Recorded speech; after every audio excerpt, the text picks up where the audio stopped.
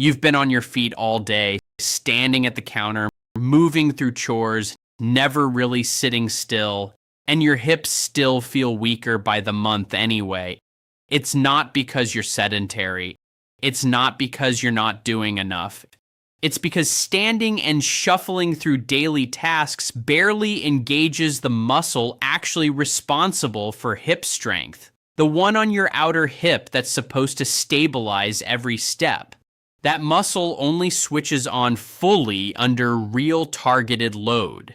Casual movement throughout the day lets your body lean on momentum and other muscles to compensate, which is exactly why years of staying busy can leave that muscle weaker than ever without you noticing.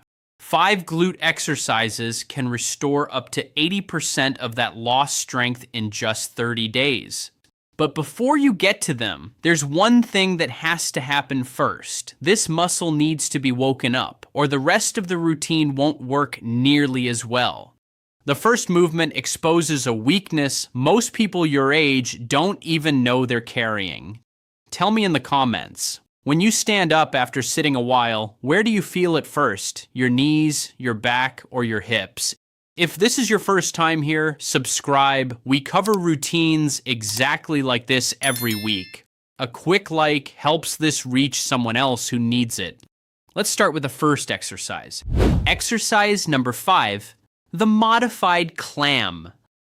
Lie down on your left side on a mat or folded blanket, resting your head on your left arm or a small pillow. Shift your hips slightly further forward than feels natural. Straighten your left leg completely along the floor. Bend your right leg and hook your right foot behind your left knee, letting your right knee rest down close to the floor. This is your starting position. Rest your right hand on the floor in front of your chest for a little support. Now, keeping your right foot hooked in place and your back completely still, lift your right knee upward and away from your left knee, as though you were opening a small gate at the hip, until it points up toward the ceiling as far as feels comfortable. Pause briefly at the top, breathing normally throughout. Then lower your right knee back down to the starting position with control. Perform 10 to 12 repetitions. Then roll over onto your right side. Rest your head on your right arm. Straighten your right leg. Hook your left foot behind your right knee, and repeat with your left knee. This movement isolates the smaller muscles on the outer hip more precisely than the standard version of this exercise, because hooking the foot behind the knee removes the lower leg from the equation entirely, forcing the hip itself to do all of the lifting. It looks like a small movement from the outside, but most people feel this one working within the first few repetitions. Exercise number 4, the standing back leg raise. Stand behind a sturdy chair, holding on with both hands for balance, keeping your head level and your eyes looking forward. Shift your weight onto your left leg, keeping a slight, soft bend in your left knee. Slowly lift your right leg straight back behind you, without bending your right knee or pointing your toes, and without leaning your torso forward to help the leg move higher. Hold that lifted position for 1 full second, breathing normally throughout, then lower it back down with control. Perform 10 to 15 repetitions with your right leg, then shift your weight onto your right leg and repeat with your left leg.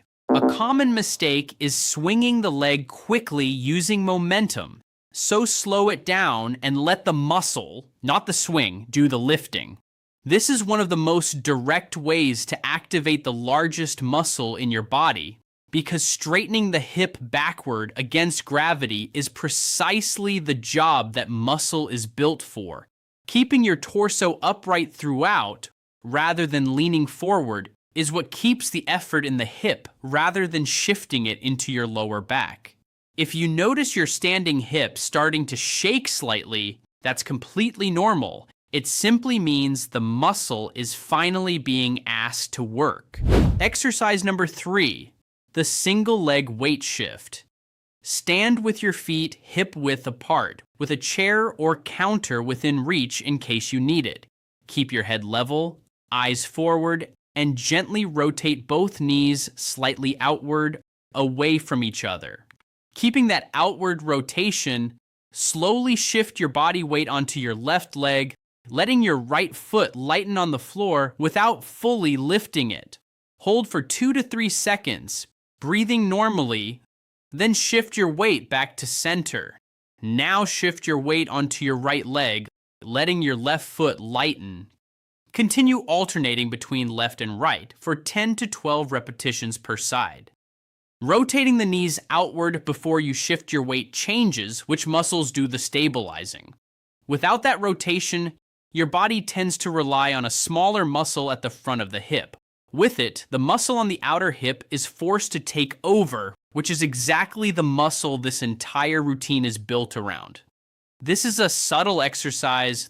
There's very little visible movement, but the muscle underneath is working the entire time you hold each position. Exercise number 2, the hip hinge. Stand with your feet hip width apart, knees slightly bent, and your hands resting on your hips. Keep your gaze fixed on a spot on the floor a few feet in front of you rather than looking straight down. This helps keep your neck in a neutral position. Keeping your back flat rather than rounded, push your hips backward as though you were closing a door behind you with them, allowing your torso to lean forward naturally as your hips move back. Continue hinging until your torso reaches roughly a 45-degree angle, about halfway between standing tall and parallel to the floor. From there, squeeze your glutes firmly, breathing out as you do, and push your hips forward again, rising back to a standing position. Perform 10 to 12 repetitions. A common mistake is bending the knees into a squat instead of hinging at the hip, so keep your knees only slightly bent throughout, with the movement coming from your hips. This movement mimics one of the most common actions in daily life, bending forward to pick something up off a counter or the floor.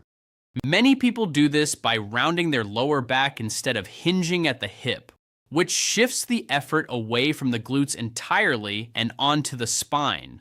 Learning to hinge correctly here protects your back in exactly the moments it's most vulnerable. Practicing this movement slowly and deliberately now means your body defaults to the safer pattern automatically when you're not thinking about it. And now, exercise number 1, the glute bridge, the movement holding everything else on this list together.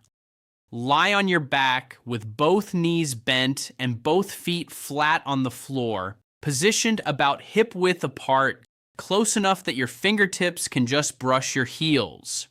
Rest your head flat on the mat or floor and keep your arms flat at your sides, palms down. Push through both heels and lift your hips upward until your body forms a straight line from your shoulders down to your knees. At the very top, squeeze your glutes as hard as you comfortably can, holding that squeeze for 2 to 3 seconds while breathing normally.